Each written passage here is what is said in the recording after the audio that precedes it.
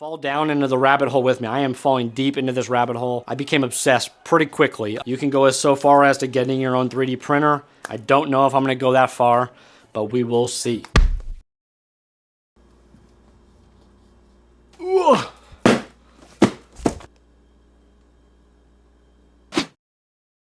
So, yes, I picked up a 3D printer. I went down the rabbit hole. I successfully went down the rabbit hole. But it's gonna make everything a lot easier. What I found throughout this whole process is that if you plan on making more than one kit, which I probably will, because it's like, once you make your first, like you don't stop at your first kit. You're not gonna ever stop at your first kit. It doesn't make any sense. If I do plan on making more kits down the line, and you do too, there's some really good entry-level printers. I picked up this Elegoo, the Elegoo Neptune 3 Pro. It's part of their like 3 series model. They came out with this 3 series model called the Pro, the Plus, and the Max.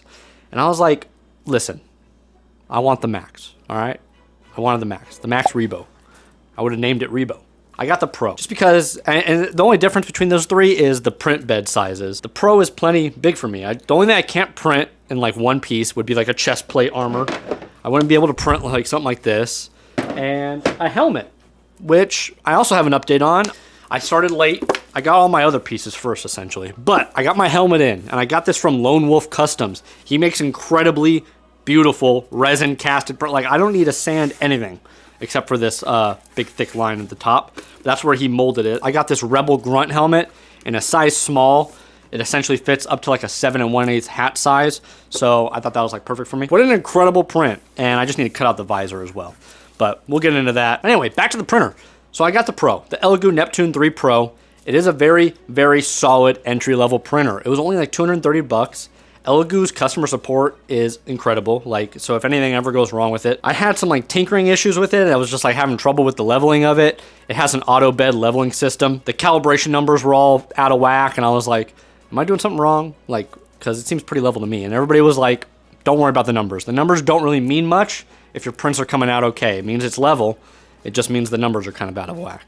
You get a slicing program. You put the digital files in the slicing program, put them in the machine, and it prints. So it's like with the supports and everything. And I've been putting it through the ringer. What was it? My friend Sean just said to me, making a Mando on Instagram. He said, if the printer is working, then work your printer, right? So it's like, put it to work. And this thing's a workhorse. It's a step above like the $100 printers that you can probably get, the little tiny machines, but it prints everything.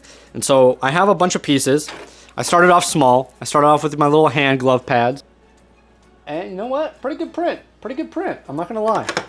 And then I went on, I was like, you know what, let's just step it up a bit. Let's step it up a bit. Let's go gauntlets. So I printed both of my gauntlets. I'm not gonna lie, they're looking pretty tasty. I'm very excited about that. I'm not gonna do it because if I drop them, I might cry. And then I just got done printing my knees. So I got my knees, and this thing's cranking out like beautiful prints. I'm learning a little bit about how to print things, like print things vertical, print things horizontal, print things at an angle, stuff like that. It's all experimentation. Going back to the original point as to why I picked up a 3D printer, I just decided to just go for it because I was like looking at all the armor I was going to buy. And I was like, $80 here, $60 here. And there's some incredible pieces out there, and they're resin printed. They would require a lot less work, but I enjoy the sanding process. It's not like I hate sanding as much as Anakin does, but I do enjoy it. It wasn't really a big thing for me if there's print lines and stuff like that. I wasn't gonna go overboard and get a resin print right off the bat. I may eventually. We'll see how. I'm not going to say that because the last time I said, we'll see how far deep down this rabbit hole I go, I went and bought a 3D printer. I was like adding up all the prices of all the armor I was going to buy. Like the shoulders were going to be 80 bucks. The knees were going to be 50, 60 bucks. I already spent, you know, some money on the helmet. I wasn't going to print the helmet ever. So I was happy to get a really nice helmet and splurge on that. But I was just like looking at all the pieces. I was like, the files are a fourth or a fifth of the price, and I can print them myself and just put in a little work, and then I can put in the work and feel proud about it. That's what I did. So long-term investment, probably pay itself off, honestly. The filament's not too expensive. It's like 20, 25 bucks, just like a little plastic filament. I probably have some like little bits and pieces, like residue, stuff that you break off, because you're gonna put supports on the builds, and then you break off the supports, and I have like a blast doing that. It's so much fun. I use these little tweezers that it came with. Long story short, got the 3D printer. So I'm gonna be cranking out prints. I'm almost done. I just think I need to print out my shoulders. Like I said, update. It's been hectic, so I haven't really done too much sanding. I was like, I'm gonna get all my pieces, and then I'm just gonna sand them all at once, and then paint them all at once, and that'll be a video in the future. But anyway, I have my thigh pieces. from my good friend Sean as well. I've got my chest, and there's a little iron heart in there right now, but I got my chest. That's from my good friend Nick, Berserker Barrage. And then I've printed my glove pads, got 2 of them.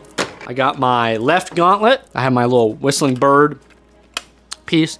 I think I might get fancy with this because there's holes in this one. This digital file that I have, it's holed out, so it's hollow. I'm thinking about putting some LEDs in them, some LEDs in that bad boy, and light up the night sky with my whistling birds. Anyway, I'm getting too ahead of myself. I have my right gauntlet, and then I just printed my knees, so my little knee rockets. And with the knees, I'm gonna print the cylinders, the little cylinder rockets. And then last, I just think I need my shoulders because I have these shoulders. I didn't like the print on them that much. They're not terrible, but I think they're gonna be a little too big for me. So, like, if they're the size of your head, they're probably pretty appropriate. That's what I've been told. I still just wanna go just a smidge smaller, and I didn't like this style of shoulder pauldrons. I'm gonna go for more of like a pre-Beskar Din Djarin Mandalorian shoulder pad. So they're 2 different ones, and they're from Great Ape Studios on Etsy, which is where I got the rest of these files from. He makes incredible Mandalorian 3D print files. Enough about that. That's just an update of what I have collected so far. I don't have like much of an update as far as DIY goes and like tutorials and progress stuff, but I will get to that. So 2 things I'm gonna be doing to hold myself accountable. I'm going to start with a checklist. So here is one of my checklists. And I have the helmet, I've got the chest, I've got the thighs, I've got the gauntlets, I've got the hand pads, I've got the knees. I need shoulders, and that's it for my armor, I think. And then I'm gonna have like a bunch of accessories. Moving on to soft goods. I only have the same soft goods I had in my last update. I haven't made too much of a progress. I went and got the 3D printer, and I was like, you know what, I'm just gonna get a sewing machine as well. And I got a sewing machine. I'm working on it. I'm gonna learn how to sew because I wanna sew my own flak vest that's gonna go on top of my flight suit. And so as far as the soft goods go, I have my flight suit, and I have my girth belt, and I need gloves, I need boots, I need like other belts that are gonna go around like on top of the girth belt, and maybe a bandolier, stuff like that. I need like a little dicky so it hides the under cap of my like helmet when it's on so you don't see my neck.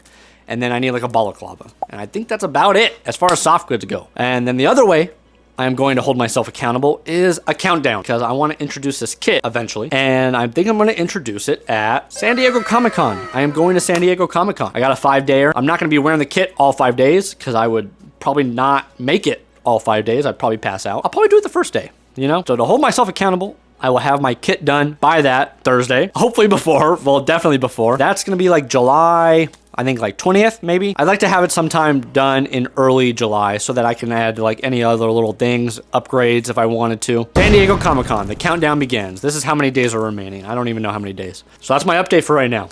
It's not a big update.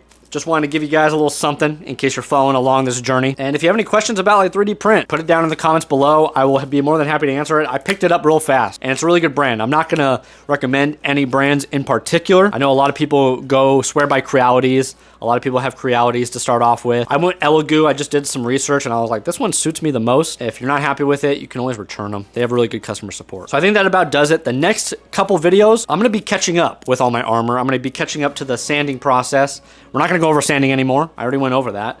But I'm gonna catch up with the sanding, and then we'll get into the painting and the weathering. So that'll be one episode, and that's gonna be really fun. I can't wait for that. This is where the fun begins, right? Another update will be the soft goods. I will have most of my soft goods hopefully collected by then. I'm gonna go thrifting for some gloves and some boots or something like that. We'll figure it out together on our journey to take over Mandalore and take over San Diego Comic-Con with my banging armor. I appreciate you guys for all the feedback and everything like that. I got some really, really good advice in my last 2 videos, so the first 2 videos I posted. I'm finally getting back into all this stuff. I'm going into hyperdrive. I'm gonna finish in 12 parsecs, faster than the Millennium Falcon. So until next time, on Only Mando, I'm Antihero Comics. The name is Avery. I appreciate you all for following along.